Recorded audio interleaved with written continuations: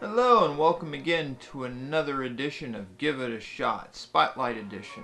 This time we are spotlighting something I found at McKay's for 95 cents, and honestly, I'd have paid more for this. This is, you can't really tell by the price tag and whatnot, but this is Jayce and the Wheeled Warriors. This is something that I knew about growing up in the 1980s. This was a toy line, which back then that was pretty much what every cartoon was based on. You had to have a cartoon series to make your toys more attractive. And this, I think, only lasted a season, maybe two, not entirely sure. I believe it was 1985? Yeah, 1985. When it debuted. And apparently this is Deke. I did not know that. Deke has slowly descended into a special place in my heart as cheap stock animation. I used to really respect them, but the more I've started doing reviews and whatnot, I'm starting to see their flaws come through. But Jayce and the Wheeled Warriors is about a space prince who is looking for his space king father, and they travel the galaxy looking for him. The episode that I watched, which was Escape from the Garden of Evil, is basically the pilot episode. And this series, I remember it being, I would watch it. I actually had two of the toys. I remember that, I had one from the good guys, which are known as the Lightning League. I couldn't even remember the name of it until, I saw it again today, which was Drill Sergeant.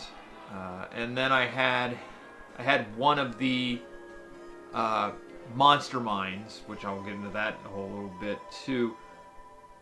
I think I had Sawboss. I think, or somebody with a circular saw on their head is the one that I think I had. In fact, I'm pretty sure that's the one I had. But I'll get in more into that stuff later because that was some quality stuff, and it also answers a couple of things. So, anyway, the story for this pilot episode, Escape from the Garden of Evil, is where we learn about our characters. Like I said, this is basically about a space prince and his crew of people. He's got a Merlin type character. I can't remember his name right now. Space Merlin. That just works. Space Merlin. There's also a girl, Flora, who is apparently created from flowers. And I believe she also says that she's able to communicate with flowers and animals and sometimes human beings, which that got a chuckle out of me. I was created from a plant by Gillian and Audric. I understand plants and animals and even people. Sort of. Yeah, no, I get that. I totally get that. And you have this little lance-carrying knight named Un. He's annoying as all get out. And then you've got your Han Solo type. I can't remember his name. I think it's Herc is his name, and he's got a ship that they use to escape. This show is highly derivative, but I'll get into that later.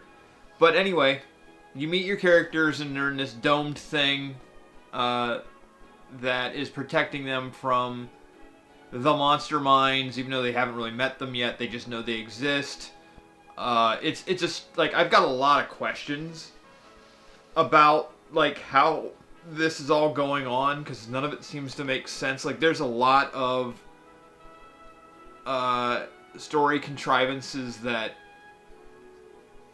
don't make a lot of sense, but we'll get to that in bits and pieces, because so like they know they're waiting for their father to escape.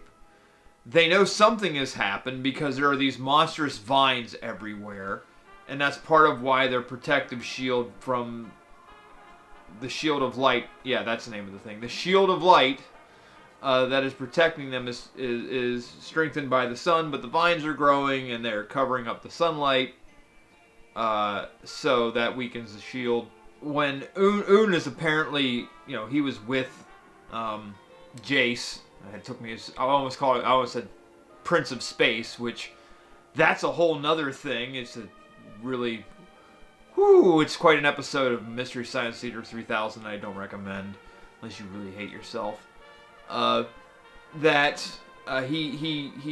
leaves from Jayce's father and comes to, and say, hey, this stuff has happened and I've got this thing that you have to have. I think it's called the Root. I think, and if they meet together, they will defeat this evil force, which this evil force is actually a creation of his father. His father had this noble goal of creating this food source that would end all starvation, which, hey, that would be awesome, but apparently some radiation from space happened and it hit the plants and they all instantly became evil. And then they grew and mutated. And this is before Ninja Turtles was really a thing, so it I guess for its time it's a little bit original. But the thing that got me about it was, as soon as they started growing, Space King, because I can't remember his name, tells Un, we must run for the monster mines. He already labeled it. He already called them a thing. Like, he just had plans before. The monster mines are ruthless. Like, he already knows. We have to flee. The monster mines are ruthless. So when he created this stuff, did he know there was evil intent within it? Like, what is this all about? This doesn't make a lick of sense. So you're kind of just left with your, scratching your head of, like, what? Because even for a pilot, this all feels rushed. So Un reunites with Jayce, and this is when Space Merlin tells Jayce, you must lead us to your father. We must find your father and unite to defeat this thing. But first, you are going to be anointed the position of leadership with something that is basically like the Matrix of leadership from Transformers, and I'm not quite sure if that was really a thing yet with Transformers, because I don't remember the Matrix of leadership becoming a thing until Transformers the movie, which was 86.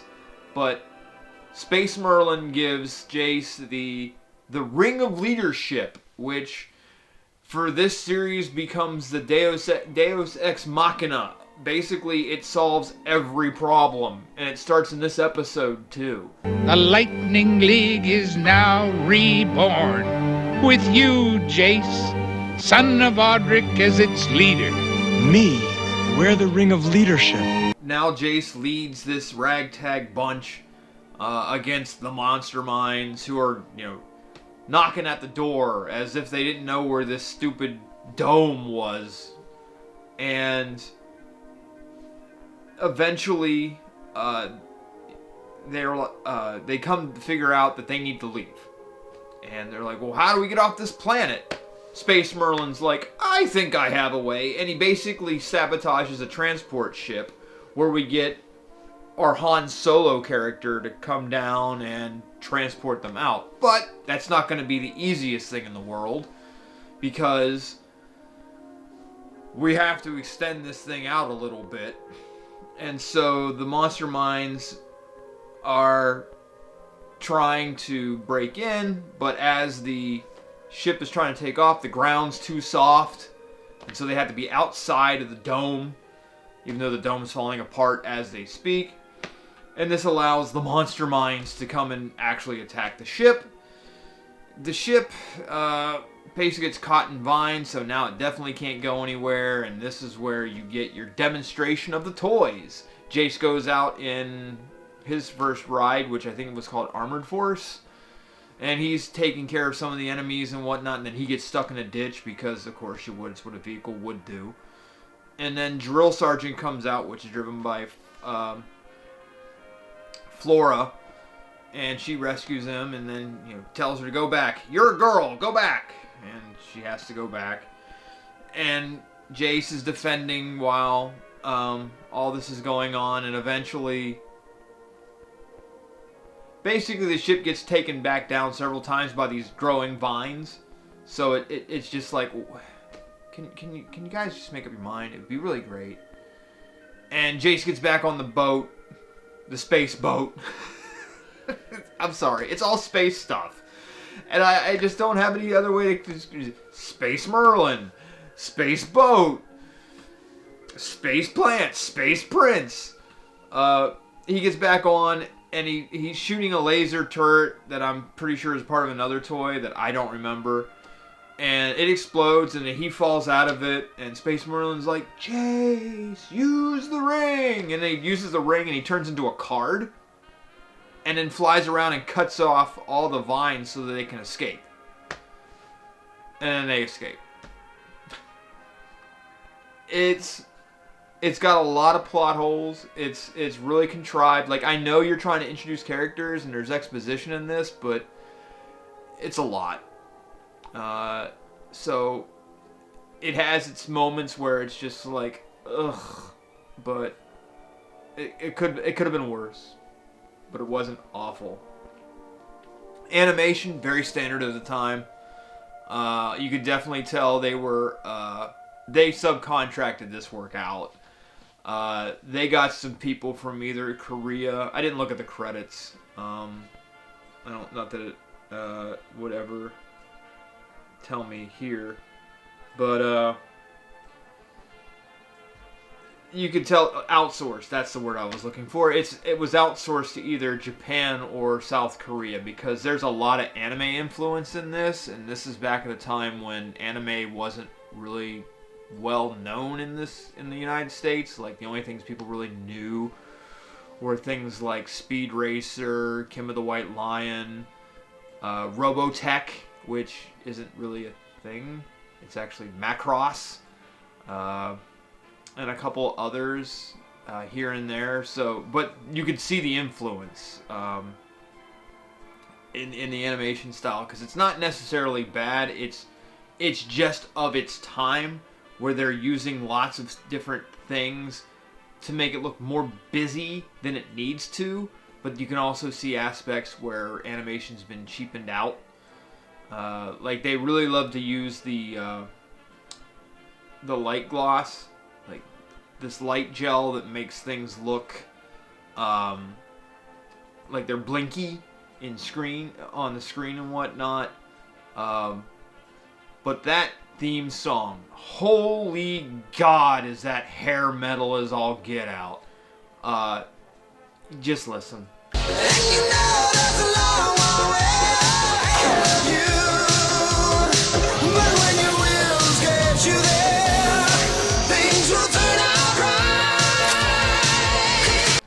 So yeah, like, when I first heard that song again, like, I still remembered it from way back when. I must have been like 6 when I first heard that, and it hit me again. I'm like, yeah, because I have not watched any of this since then. I can pretty much guarantee it. Like, I don't ever see it. Like, why would I? There's so much other quality stuff to look at. But it's now, looking back at it, it is highly derivative. That would be my biggest complaint. Like, this is, I don't want to call it a complete cash grab, because there are original ideas in it, with the monster mines, it's radioactive plants that, are trying to kill this root and whatnot. But between, like, Space Merlin, your Han Solo ripoff, and the Ring of Leadership, There's just a lot in here that you could tell where the influences come from. You just notice, you can notice the flaws. Like when I was 6, yeah, no, I'm not getting any of those references. I'm too young and dumb. So I just thought it was pretty neat back then. I mean, so much so that I got a couple of the toys. And I knew a couple of kids who had some of those toys. Like I remember my next door neighbor had a couple as well. I do remember that they had the big walkers as toys, but I've never seen a human being own them. I just know they existed. I mainly saw the little cars. And the thing that got me about the cars, when I got my first one, I went specifically for Drill Sergeant because if I remember correctly in the series, Flora is the one that drives Drill Sergeant. And I don't know, out of everybody on the show, I liked Flora a lot. Like, every other character was okay, but something about Flora I just liked. And watching it again today, I figured out what it was. She's a smartass. Me and my magic lance. Thank you, If only the lance really were a magic. She may be a plant, or, you know, birthed by plants, but she's a certified smartass. She is sarcastic. She will, you know, badmouth you, but I mean she's nice, but you know she tries to be a little edgy, and I guess at 6 I thought that was pretty cool. I guess because like everybody else is all straight laced and whatever, and then she just comes in and is just like, yeah, there's no magic in your lance, basically saying Una's a limp dick, which I find hilarious. So it's fun. It's a fun little romp if you just let your brain go and you don't try to, you know, analyze too much. It's good fun, but like when Jayce turned into a flying card and was cutting up vines, it's just like, okay, so the writers were stuck and this is what they did this time. Like that's exactly what the ring is. The ring might as well be the matrix of leadership, which again, I don't know was even a thing yet when this came out, so there's that. But yeah, this is pretty derivative. They basically took the King Arthur myth and then mashed it with Star Wars and Little Shop of Horrors, for all I know. And you get this. Fun, I mean, it's entertaining. I'll give it that. It's definitely better than most of the things that I review. But I just knew I couldn't pass it up when I found this. And I do like how they gave it updated artwork on the cover. In fact, they do not even show on the box anywhere of what the artwork looks like. So, yeah. I don't know why they did that. I thought the animation was nice. And it was, you know, from its time. I guess they were trying to sell this as something newer. Because I don't see a copyright date on the box itself. But I guess N-Circle bought the license or whatnot. I don't know. But this is probably one of the better things Deke ever did. Which isn't saying much, but, you know, when you look at their roster, like Dinosaur Island, or Dennis the Menace, which the 87 series wasn't bad, but that's a discussion for another day. But yeah, if you, I'm pretty sure this stuff is on YouTube. You could easily find this, because I know nobody cares about this franchise anymore, if you even want to call it a franchise. But I do remember the toys. I thought the toys were cool, because the toys were interchangeable parts, which, you know, it's kind of like car customization, which was neat. But I do remember getting Drill Sergeant and was hoping that it'd have Flora in it, and they didn't. It just had this pathetic looking human being character, you know, figure. You know, it's just like, where's Flora? I wanted this specifically for Flora, and all I get is this blonde guy in a brown suit. Like, that's not the show. And then when I got Sawboss, I think the thing that was in it was like this little green brain.